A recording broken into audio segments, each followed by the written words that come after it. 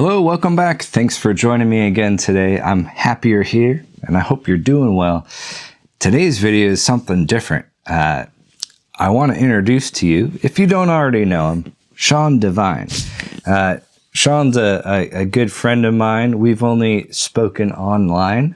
Hopefully we'll meet up someday at a convention or something, but we're doing a little collab today. So Sean's going to teach you a really cool card trick. And again, if you're not familiar with him, he's got his own channel, which you should go subscribe to because he teaches great self-working card magic, easy to do card magic from old books and from his own material. And he's self-published 3 books, which I have copies of myself. I love his approach to card magic. I love his material and his style.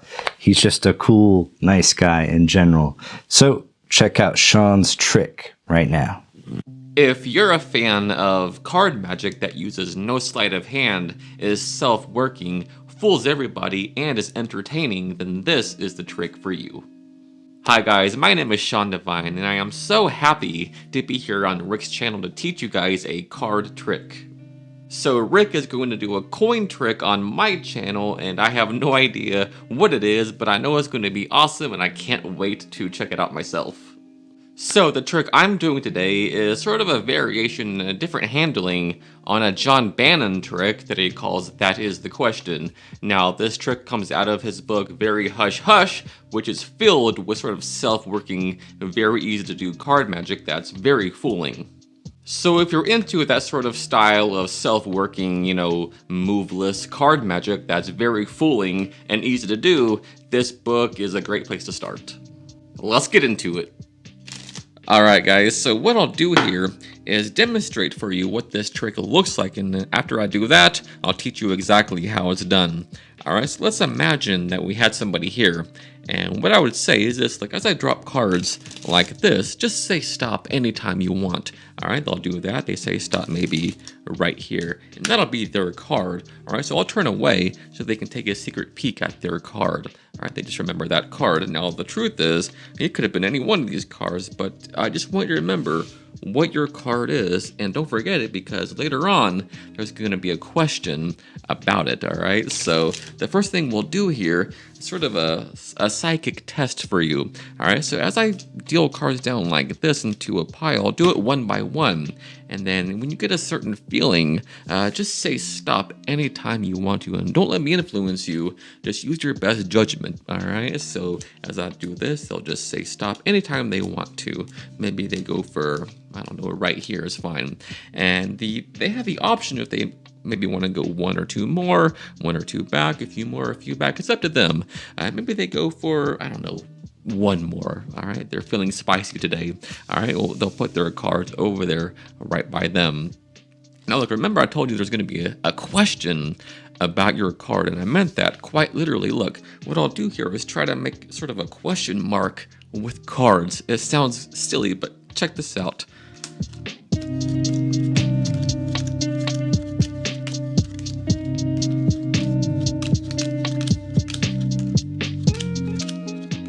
Maybe something like that. All right, so you can see how it's sort of a question mark. It's kind of a question mark because there's something missing.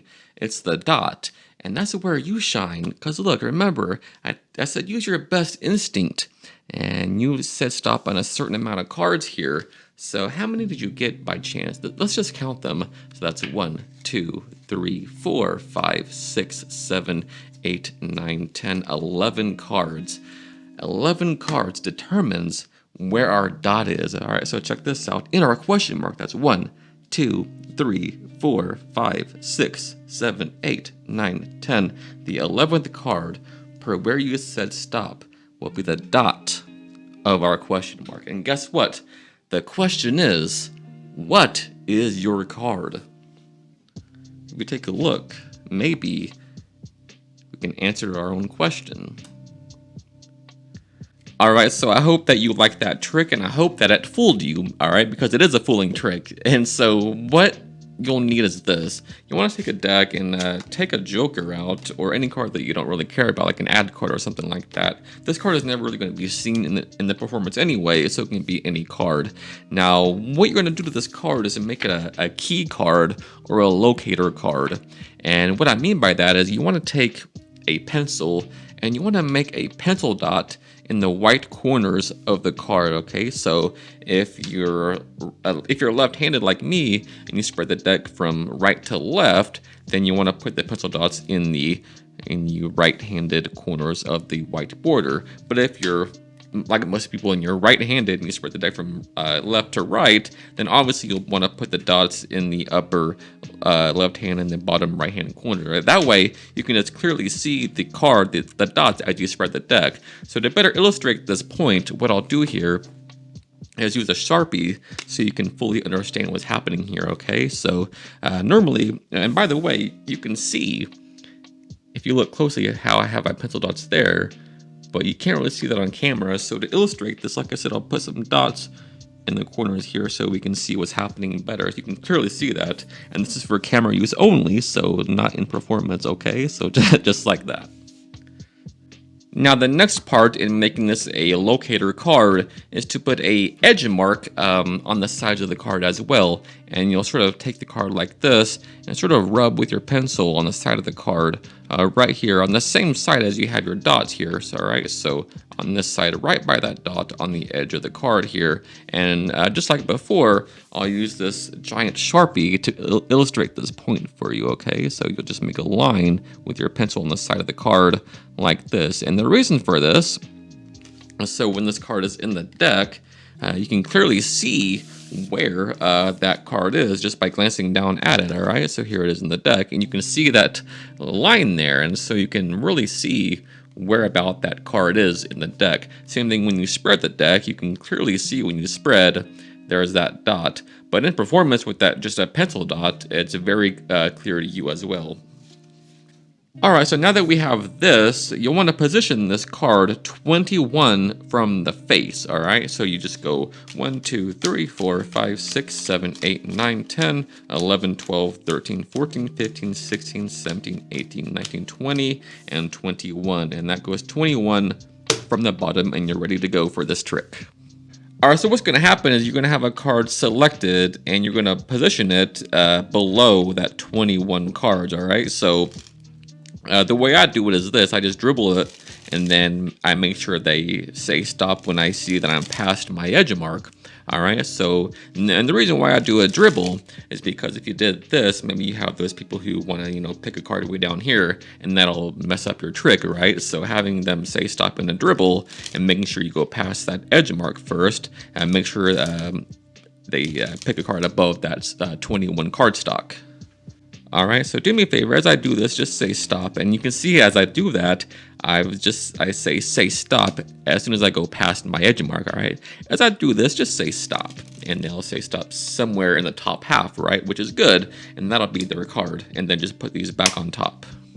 So when they say stop, you'll just thumb that card onto the table like this, and then turn away and ask them to look at their card, which they'll do. In this case, it's the 9 of diamonds. Now, after they look at it, ask them to put it back face down on the table like this so you can't see it. Now, when you're turning around, you're going to sort of cut the deck in disguise so that card can go on the bottom of this 21 card setup here. All right, so a good way to do that is with a gesture cut. All right, so you can do that by saying, look, you could have had any one of these cards. And what you're going to do here is you want to get maybe, 3 or 4 cards above that pencil dot, all right? So you spread the deck like this. You could have had any one of those cards in sort of a gesturing action, right? So you say, look, as you say, you could have had any one of those cards. Stop at about 3 or 4 cards above that dot there and break the spread. Now what you do here is you come down here with these cards, the above cards like this, and come down here and sort of reverse spread these like this in your hand, so that top card becomes outjog like this. So you can come down and scoop that card up like this, right? So you come down and scoop that card up like this, and you say, look, don't forget your card, because later there's going to be a question about it. And you see what I've done there? In that action, I've scoop the card up, but managed to get that 21 card setup right above their card there. You can see that very clearly with that edge mark. And so their card now is 21 cards below the edge. So when you do that, you say, look, don't forget your card, because later on there's going to be a question about it. And then just bring the hands down and have them maybe push their card in all the way like this and put the cards on the table. Now what's going to happen is this. Pick up the deck and say, look, we're going to sort of try a psychic experiment. And what I'll do here is deal cards down one by one. Anytime you want to, you just say the word stop. And notice what I've done there. I've done that as a demonstration, and so I can get rid of those few cards that are, on top of that key card there. All right, so all you do here is say, look, as I deal cards like this, you're going to say stop anytime you want to. And as you finish your sentence, you're just going to go past or stop on your key card. And so after you say that, you'll just put the deck on top of those and say, look, so anytime you want to, just say stop anytime. And deal kind of slow here, so you don't go past the 21 cards, right? So they'll say stop anytime, maybe right here. Now, when they do say stop, it's kind of a nice touch to ask them, hey, do you want to go maybe one or two more? Maybe put a few back, it's up to you. So it's really up to them, and they'll remember that later on, which is a very strong moment. So maybe in this case, they'll decide to stay where they are. Now what's going to happen is you're going to build a question mark with the cards, but the question mark will always consist of 20 cards exactly. And at first you might be tempted to, make a question mark, right side up for you, but it's better to make the question mark upside down for you, so it's right side up for the volunteer, right? So, and the way to do that is very simple. Just start doing this, make a straight line of cards toward yourself like this. Now when you get about maybe 5 or 6 cards, start to make sort of a G shape like this, or sort of like a hook shape, or like a C shape like this, all right? So it's very simple. So I got 1, 2, 3, 4, 5, 6, 7, 8, 9, 10, 11, 12, 13, 14, 15, 16, 17, 18, 19, 20. Obviously, don't count out loud when you do this.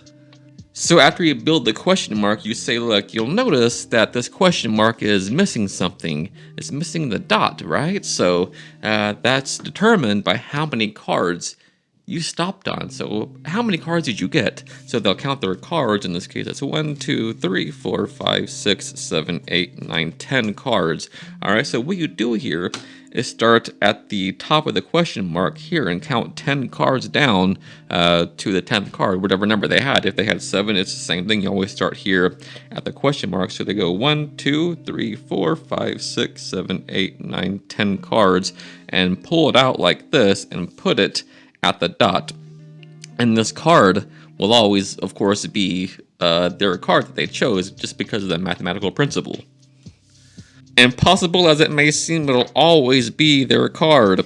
And that is a very nice trick to do that fools everybody, and people just can't figure out, and it drives people crazy. Because really, had they stopped one less or one more, put a few back, it would have determined the outcome, or so it seems, but that's not the case, because it'll always end up at that exact spot. Alright guys, so that is the trick. I really hope you like it, and thanks once again for Rick for letting me come onto this channel, and I'll see you next time. So that's it for today's video. I really hope you enjoyed that trick, and go try it out. I'm sure you're going to get great reactions, and again, go check out Sean's channel, subscribe, and check out all the videos he has to offer. I'll see you next time.